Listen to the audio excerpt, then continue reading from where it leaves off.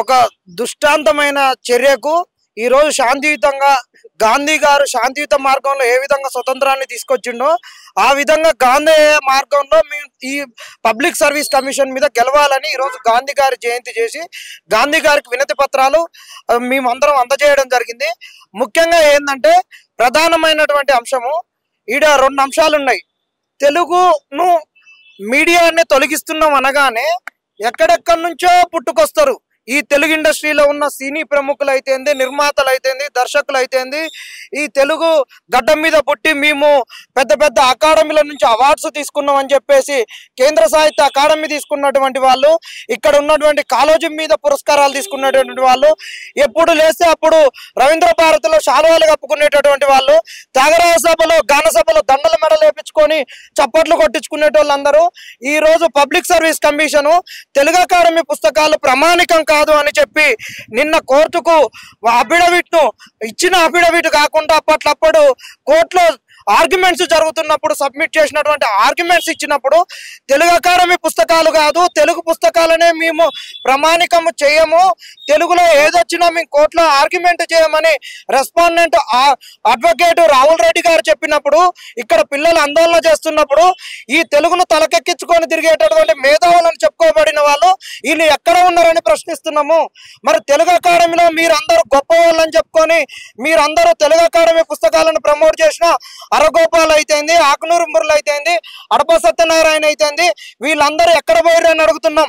నిన్న కాక మొన్న మీ కెమెరాలు ఇటు తిప్పితే 21st సెంచరీకి వచ్చి ఇదే అడప సత్యనారాయణ గంట చక్రపాణి గంటలు మోగిచ్చి బాకాలు మోగిచ్చి చెప్పినటువంటి వాళ్ళు ఇవాళ ఎక్కడ చచ్చిర్రు అని అడుగుతున్నాం. మీ పిల్లలందరినీ అమెరికాలో, ఆస్ట్రేలియాలో, కెనడాలలో పంపించుకోరి. ఇదే ఆకునూరి మురళి ఒక ఇంటర్వ్యూలో అన్నాడు, ఇండియాలో నా పిల్లల్ని చదివించుకొని ఇండియాలో ఏముంది నా పిల్లల్ని కెనడాకు పంపించినాను. మరి ఈ పిల్లల్ని ఎందుకు బస్సు యాత్రలు చేపించి నువ్వు బస్సు యాత్రలు చేపించి కాంగ్రెస్ ని తెప్పించి ఈ రోజు పదవిని తెచ్చుకొని ఎక్కడ కూర్చున్నావు? మరి తెలుగు అకాడమీని తెలుగును తుంగలో తొక్కుతున్నట్టు చేస్తున్నటువంటి వాళ్ళను ఎక్కడ చెప్పాలి? ఇది తెలుగు అకాడమీకి నిన్న కాక మొన్న హిస్టరీకి ఇచ్చినటువంటి అఫిడవిట్. ఇందులో ఏమన్నారంటే తెలుగు ప్రామాణికం తెలుగు అకాడమీ అన్నాడు, నిన్ననేమో తెలుగు అకాడమీ ప్రామాణికం కాదనేమో ఇల్లు అన్నాడు. కాబట్టి ఇక్కడ అందరికి మెయిన్ సందిగ్ధత ఏంటంటే ఈ గ్రూప్ 1 గ్రూప్ 2కు చదువుకునేటటువంటి వాళ్ళు అందరూ కూడా ఎక్కువ తెలుగు అకాడమీని తెలుగు పుస్తకాలను చదువుకుంటున్నారు. తెలుగు అకాడమీ పుస్తకాలు పోటీ పరీక్షలు ప్రత్యేకమని కూడా పబ్లిష్ చేస్తున్నారు. మరి ఆ పుస్తకాలను ఏం చేయాలి? తిరిగి మరి తెలుగు అకాడమీకి సబ్మిట్ చేస్తాం, మా డబ్బులు ఇస్తారా? ఒకవేళ మరి మీ గనక ఆ పుస్తకాలలోకి వెళ్ళి క్వశ్చన్లు వచ్చినప్పుడు రాంగ్ అన్నప్పుడు మరి తెలుగు అకాడమీని ముద్దాయిగా కూర్చోబెడతారా? మరి ఎక్కడ పెడతారు? వికీపీడియాను ప్రామాణిక సోర్స్ అని చూపిస్తున్నాడు, గూగుల్ ను ప్రామాణిక సోర్స్ అంటున్నాడు. మరి ఆయనకు డబ్బులు ఇచ్చినటువంటి ఆథర్లను చూపిస్తున్నాడా? ఆయనకి ఏది వెసులుబాటు అయితే అదే పబ్లిక్ సర్వీస్ కమిషన్ చూపిస్తున్నది. కాబట్టి ఈ తెలుగుకు సంబంధించినటువంటి అంశం ఇంకా అత్యంత ప్రామాణికమైన అంశం ఏంటంటే గ్రూప్ 1లో తెలుగు నేలలో కనీసం తెలుగు పేపర్ ను కూడా పెట్టలేదు. పక్క రాష్ట్రంలో క్వాలిఫైయింగ్ పేపర్ లేదు. కర్ణాటక రాష్ట్రంలో కన్నడ మీడియంలో చదివినటువంటి వాళ్ళకు గ్రూప్ 1లో 4% రిజర్వేషన్ ఉన్నది. మరి ఇక్కడ ఎందుకు లేదు? ఎవరి కొరకు?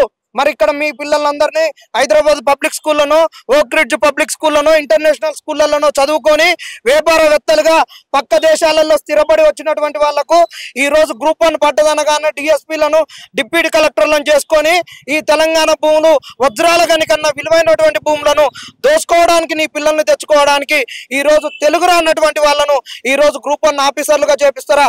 ఒక్కరికి కూడా ఈనాడు పేపర్ ఇస్తే 3 గంటలు కాదు 10 గంటలైనా తెలుగు పేపర్ చదవలేడు.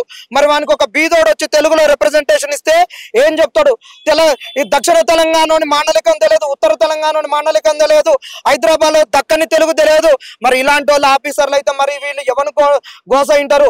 ఈ పబ్లిక్ సర్వీస్ కమిషన్ చేస్తున్నది దగ, ఈ మేధావులు చేస్తున్నది మూర్ఖత్వం. మరి వీళ్ళందరికీ పదవులు వస్తాయనా? రేవంత్ రెడ్డి బొక్కలకు ఆశపడి ఉంటున్నారా? ఆ ముడుసులకు ముసురుకు దాని చుట్టూ ముసురుకొని కూర్చున్నారా? దానికి ముసురుతున్నారా? ఏందని తెలియజెప్పాల్సిన అవసరం ఉన్నది. ఖచ్చితంగా ఈ గ్రూప్ 1లో 33 కేసులు ఉన్నాయి. ప్రతిదీ బలమైనటువంటి కేసే, ప్రతిదీ కూడా బలమైనటువంటి కేసే. నువ్వు కపిల్ సింబాల్ ను తెచ్చుకో, ఇంకొకళ్ళని తెచ్చుకో, నువ్వు ఎవరినైనా సుప్రీంకోర్టులో ఉన్నటువంటి అడ్వకేట్లను కూడా మొత్తం తెచ్చుకో అని చెప్పేసి సవాలు విసిరిండు. మేము తెచ్చుకున్నటువంటి అడ్వకేటు, మీరు కౌంటర్ ఇవ్వండి, భూకంపం వచ్చినా కానీ మీరు కౌంటర్ తోటి రావాలి, మీరు సోలిసిటర్ జనరల్ ఆఫ్ ఇండియాని తీసుకొని వచ్చినా కానీ ఈ కేసులో మీరు గెలవరని చెప్పినా కానీ వీళ్ళు కౌంటర్లు ఇవ్వకుండా 11th అవర్లో కౌంటర్లు ఇస్తున్నారంటే వీళ్ళ కాడ ఎంత దగులు భాషతనం ఉంది. ఈ పబ్లిక్ సర్వీస్ కమిషన్ లో పిటిషనర్లు ఆడ కోర్టుల్లో 32లో ప్రొసీడింగ్స్ జరుగుతుంటే ప్రొసీడింగ్స్ వినడానికి పోతా ఉంటే అక్కడ ఖాళీ ప్లేస్ కూడా లేదు. ఎందుకు లేదా అంటే పబ్లిక్ సర్వీస్ కమిషన్ నుండి 10 నుండి 20 మంది వస్తున్నారు. పిటిషనర్లు కూర్చోవాల్సిన ప్లేస్ లో వాళ్ళు కూర్చుంటున్నారు. నవీన్ నికోలస్ వస్తున్నాడు, నవీన్ నికోలస్ కాడి నుంచి ఇంకొకళ్ళు వస్తారు. వాళ్ళు కోర్టులో ఆర్గ్యుమెంట్స్ జరుగుతుంటే ఒకటే తీసుకొస్తుంటారు ఫైల్. మరి ఏం తీసుకొస్తున్నారో ఏం సంగతో. నువ్వు ఎన్ని ఫైళ్ళు తెచ్చుకున్నా నువ్వు ఇచ్చుకున్నదే కౌంటర్ అఫిడవిట్. నిన్న మంచి అన్నావు, ఈరోజు చేయడన్నావు, అదొక్కటి చాలు. నువ్వెన్ని కౌంటర్ అఫిడవిట్లు తెచ్చుకున్నా ఇది ఒక్కటి గ్రహించాలి. ప్రతి ఒక్క బిడ్డ కూడా Group 2 చదువుకునేటటువంటి వాళ్ళు ఇప్పటికైనా కన్ను తెరుచుకోండి. ఈ రోజు 150 క్వశ్చన్లు ఫ్రేమ్ చేయనటువంటి పబ్లిక్ సర్వీస్ కమిషన్ రేపు జరగబోయే Group 2లో 600 క్వశ్చన్లు ఫ్రేమ్ చేయగలుగుతుందా? ఫ్రేమ్ చేయలేననే వాళ్ళు డిలీటెడ్ క్వశ్చన్స్, రాంగ్ క్వశ్చన్స్ ఇస్తే ఒక ఫార్ములా ఇచ్చిర్రు, వాడే ఒప్పుకున్నాడు. మీరు ఇప్పుడు కనుక రాలేదనుకో, రేపు 80 క్వశ్చన్లు ఇచ్చిర్రు అనుకో, ఎగ్జామ్ నేనైతే ఖచ్చితంగా ఛాలెంజ్ చేస్తా. నేను చేయకుండా ఇంకొకటి చేస్తూనే ఉంటాడు, ఎగ్జామ్ ఎగిరిపోతుంది, ఇంకా 5 ఏళ్ళు నడుపుతారు, వాళ్ళకే బెనిఫిట్ అవుతుంది. కాబట్టి మనము రేపు పబ్లిక్ సర్వీస్ కమిషన్ కాడికి అందరు వెళ్ళి రిప్రజెంటేషన్లు ఇవ్వండి. ఖచ్చితంగా మనం గెలుస్తాం. 29 జీవో వర్సెస్ 55 జీవోలో ఈ ప్రభుత్వం కూడా అట్టనే చేసింది. 55 జీవో మంచిది అన్నది, 25 జీవో మంచిది కాదని చెప్పింది. ఈ రోజు ఆ రోజు 55 మంచిది అన్నది, ఈ రోజు 29 మంచిది అన్నది. మళ్ళీ అందరు సైన్లు ఒకటే, ఇక్కడ కూడా ఒకటే. వీళ్ళు పొద్దున పాస్ కళ్ళు దాగి ఒక మాట, పొద్దుకినాక మళ్ళా కళ్ళు దాగి ఒక మాట. కాబట్టి తిరగబడిన కళ్ళు తాగినప్పుడు ఒక మాట, పులిసిన కళ్ళు తాగినప్పుడు ఒక మాట మాట్లాడతారు. చూడ అట్లా మాట్లాడుతున్నటువంటిది కాంగ్రెస్ ప్రభుత్వం. కాబట్టి కాంగ్రెస్ ప్రభుత్వానికి ఖచ్చితంగా నిరుద్యోగులు బుద్ధి చెప్తారని కూడా హెచ్చరిక జారీ చేస్తూ మీరందరూ కదిలి కంకణం కట్టుకొని ఈ Group 1 కేసులను విజయవంతం చేసుకొని Group 2లో కూడా తప్పిదాలు జరగకుండా మనం జాగ్రత్తతో ఉండాలని వేడుకోవడం జరుగుతుంది.